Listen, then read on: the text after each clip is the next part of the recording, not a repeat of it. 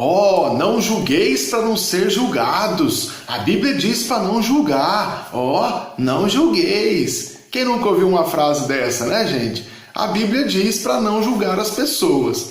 Mas será que isso é uma verdade absoluta? Ou seja, é só eu dar essa cartada, pá, não julgueis e pronto, não posso fazer mais nada? Bom, eu posso responder e refutar essa interpretação superficial do versículo com uma pergunta muito simples. Sobre quais condições alguém reivindicou esse versículo para você? Por acaso foi para defender um novo convertido que chegou na igreja com uma roupa inadequada para o culto? Aí alguém disse, olha o novo convertido, essa roupa está errada. E alguém diz, calma irmãos, não julga, ele converteu agora, deixa ele aí. Ou será que quando te disseram isso, é porque alguém criticou uma pregação de um pastor não bíblica, criticou uma atitude mundana de um grande cantor gospel, aí alguém vem e diz, não julgueis. Eu acho que só o modo como essa frase entra reivindicando uma espécie de autoridade para pecar em paz, para mim já está refutado não poder usar esse versículo dessa forma. Mas vamos fazer uma análise melhor aqui. Isso está escrito em Mateus capítulo 7. Olha só. Não julgueis para que não sejais julgados, pois com o critério com que julgardes sereis julgados, e com a medida com que tiverdes julgado, vos medirão também. Gente, olha só, aqui o contexto do capítulo 7, Jesus está dizendo que nós não podemos ficar o tempo todo perseguindo as pessoas, procurando motivos para condená-las, porque o meu juízo pessoal, ou seja, a minha consciência, não está apta a discernir as intenções do coração do outro.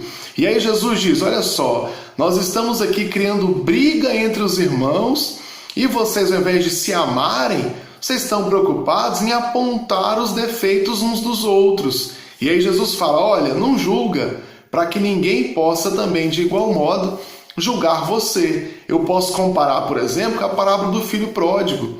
Lembra quando o filho pródigo volta para casa e o irmão mais velho fala, olha, eu não vou comer com esse rapaz não, esse seu filho, ele saiu de casa e agora voltou e você trata ele desse jeito. E aí o pai repreende a atitude do filho mais velho. É como se o pai dissesse assim, olha, a lei manda julgar o seu irmão, mas eu o amo e vou tratá-lo pela lei do amor e não pela lei que manda condenar. Esse é o modo.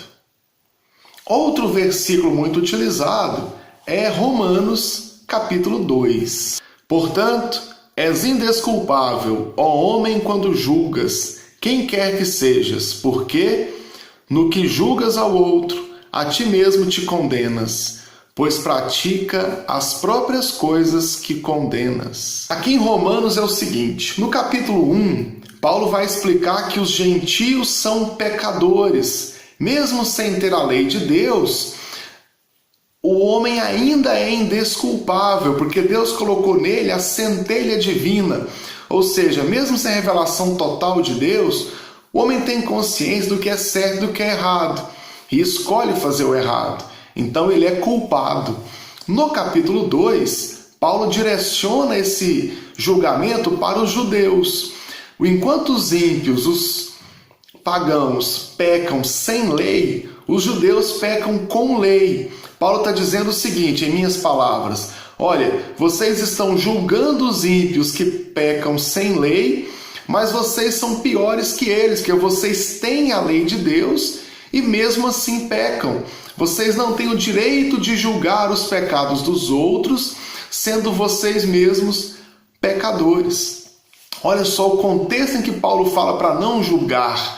Paulo está dizendo que um pecador não está apto a condenar os pecados de outro, porque ele também está condenado no mesmo pecado. Tanto em Mateus quanto em Romanos, eu vejo uma preocupação de amar ao próximo e utilizar o amor como base para o julgamento, e não o rigor da lei. Então o conselho sempre é, não use a sua inteligência para buscar o erro do irmão. Não julgue. use o amor para buscar a união entre os irmãos. E o conselho aqui é muito claro, tanto em Mateus quanto em Romanos. Agora, tem outra questão que a gente não pode esquecer. A Bíblia ensina sim a julgar, ensina a julgar conforme a reta justiça. João 7:24. Não julgueis segundo a aparência, e sim pela reta justiça. Aqui nesse versículo, Jesus está nos dizendo que na hora do julgamento, eu tenho que ter como juíza e mestra não a aparência, ou seja, não o que eu entendo que está correto, mas o que a justiça reta, o que a reta justiça diz que deve ser feito. No versículo anterior, por exemplo, Jesus diz que do mesmo jeito que a lei do sábado é quebrada para circuncidar um homem, eu tenho que usar este julgamento do que é certo para julgar todas as coisas. Ou seja, é bíblico sim julgar entre o que é certo e entre o que é errado. O que é errado é eu usar o meu coração para buscar erros nos irmãos, porque isso causa divisão. Mas em outros momentos, eu preciso usar a reta justiça para discernir o que é certo e o que é errado. Quanto a pregações e exposição da palavra, a Bíblia não só ensina, como recomenda a verificar a qualidade da pregação e a qualidade do ensino. Olha só Atos capítulo 17 e o versículo 11.